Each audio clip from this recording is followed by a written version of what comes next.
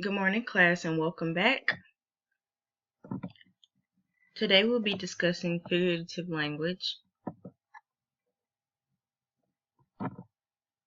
Today's standard is to demonstrate understanding of figurative language, word relationships, and nuisance in word meanings.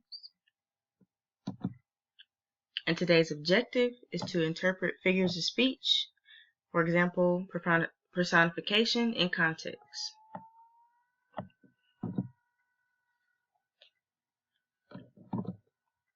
Let's get started. Assembly. Does anybody know what assembly is? Close. You're right. Assembly is a figure of speech involving the comparison of one thing with another thing of a different kind, used to make a description more definite or clear.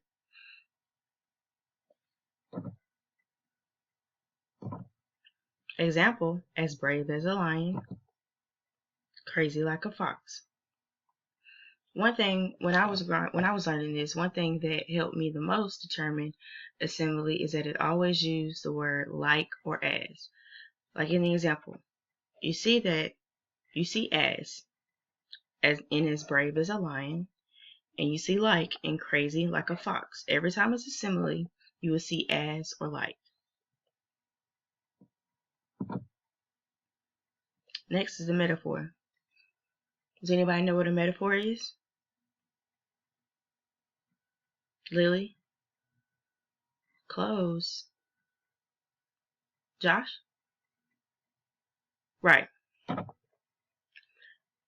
A metaphor is a term or phrase that is used to make a comparison between two things that aren't alike but have something in common without using like or as. For example, my binder is an overflowing sea of papers. So you're comparing that the binder is overflowing like the sea, right? The snow is as white as a blanket. The snow is a white blanket. The snow is not actually a white blanket, is it? No, right. So, once again, simile uses like or as. A metaphor does not use like or as. Personification. Does anybody know what personification means? Josh? Right. Personification is when you give human qualities or abilities to an object or an animal. It is a literary tool that adds interest and fun to a poem or story. Okay, examples. Lightning danced across the sky. Another example. The car complained as the key was turned. Now, with these two examples, can lightning really dance across the sky? No, it can't. Can the car actually complain? No, those are human qualities, right? Dancing, humans dance. Humans complain. So those are the human qualities. The object or the animal in the first sentence is lightning, and in the second is car.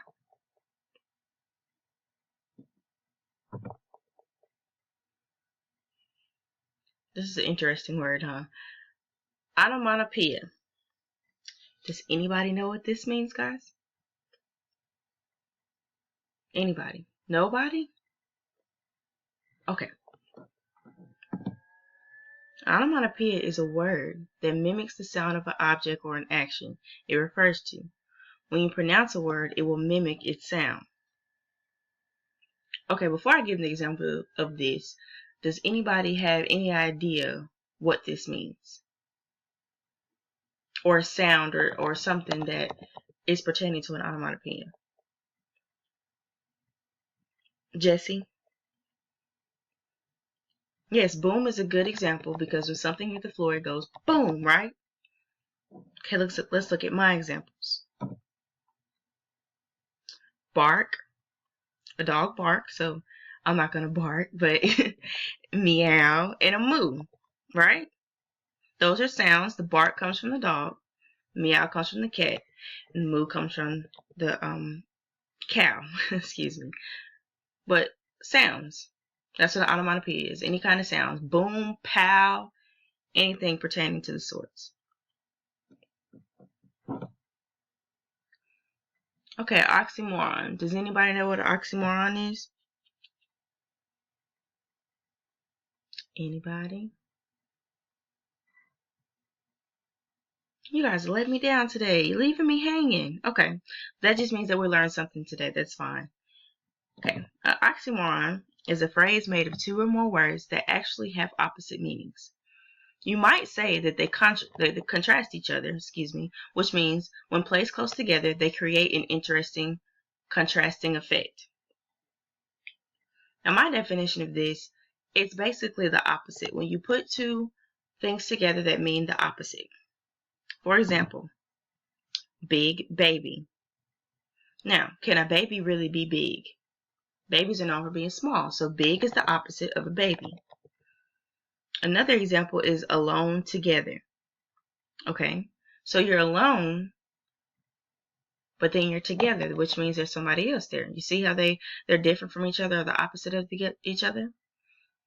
Another one is known secret. Okay, if something is a secret, which means that nobody knows, right? So again, known, secret. It's the opposite of each other. Imagery. Does anybody want to give this a try? Good job, Bill. You got it. Imagery is when a writer uses very descriptive language, sometimes figurative language, to appeal to all of your senses. Now, for this example, I did give a paragraph to try to give you the image that we're trying to portray. The example: I could hear the popping and the crackling as Mom dropped the bacon into the frying pan, and soon the salty, greasy smell wafted towards me. Okay. Now, the senses. Hearing, popping and crackling, right? That gives you a type of, you can kind of see, like if you hear something popping or crackling, you think of popcorn or the Pop Rock candy. And then,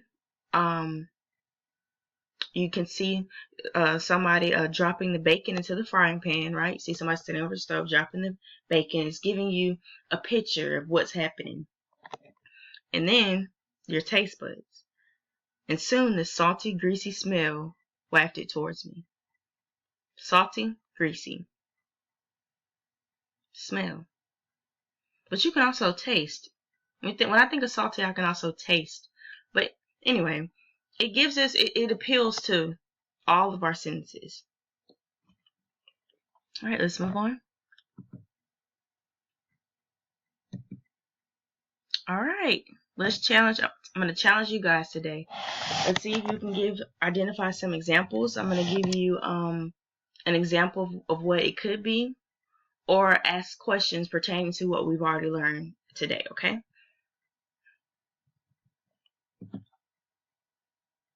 All right. My little sister is a monster when she hasn't had a nap. Okay. Who wants to answer this? Christian? Metaphor. Correct. All right, let's move on to the next one. Oh, this one's going to be a tricky one. Why is freezer burn an oxymoron? Tyra. Right, because they're the opposite of each other. Good job. All right. My alarm clock yells at me every morning. What is this an example of? Personification. Right, because your alarm clock cannot yell at you, right? Good job, guys. Okay. As boring as watching paint dry. Anybody have an idea for this one? Simile. Good job. Okay, let me ask you this. What made you choose your answer to be simile? Right, because of the as. Like or as is always a simile. Good job. Uh-oh, I kind of gave you guys the answer to this one, but the cash register popped open with a heart warming cha-ching. So, cha-ching, it's an onomatopoeia. All right, class, that's going to be all for today. Lisa's going to come around and give you guys the first part of the figurative language worksheet. It is to be completed tonight and brought in tomorrow. And tomorrow we'll also learn the remainder of the literary devices, and we'll learn to apply them to our upcoming poem assignment. You will be creating your own poem, and I would like to see at least 3 to 5 of the figurative language that we've learned over the course of the 2 days used. So I'll see you guys tomorrow. Make sure you do your homework. It will be worth points. Thank you.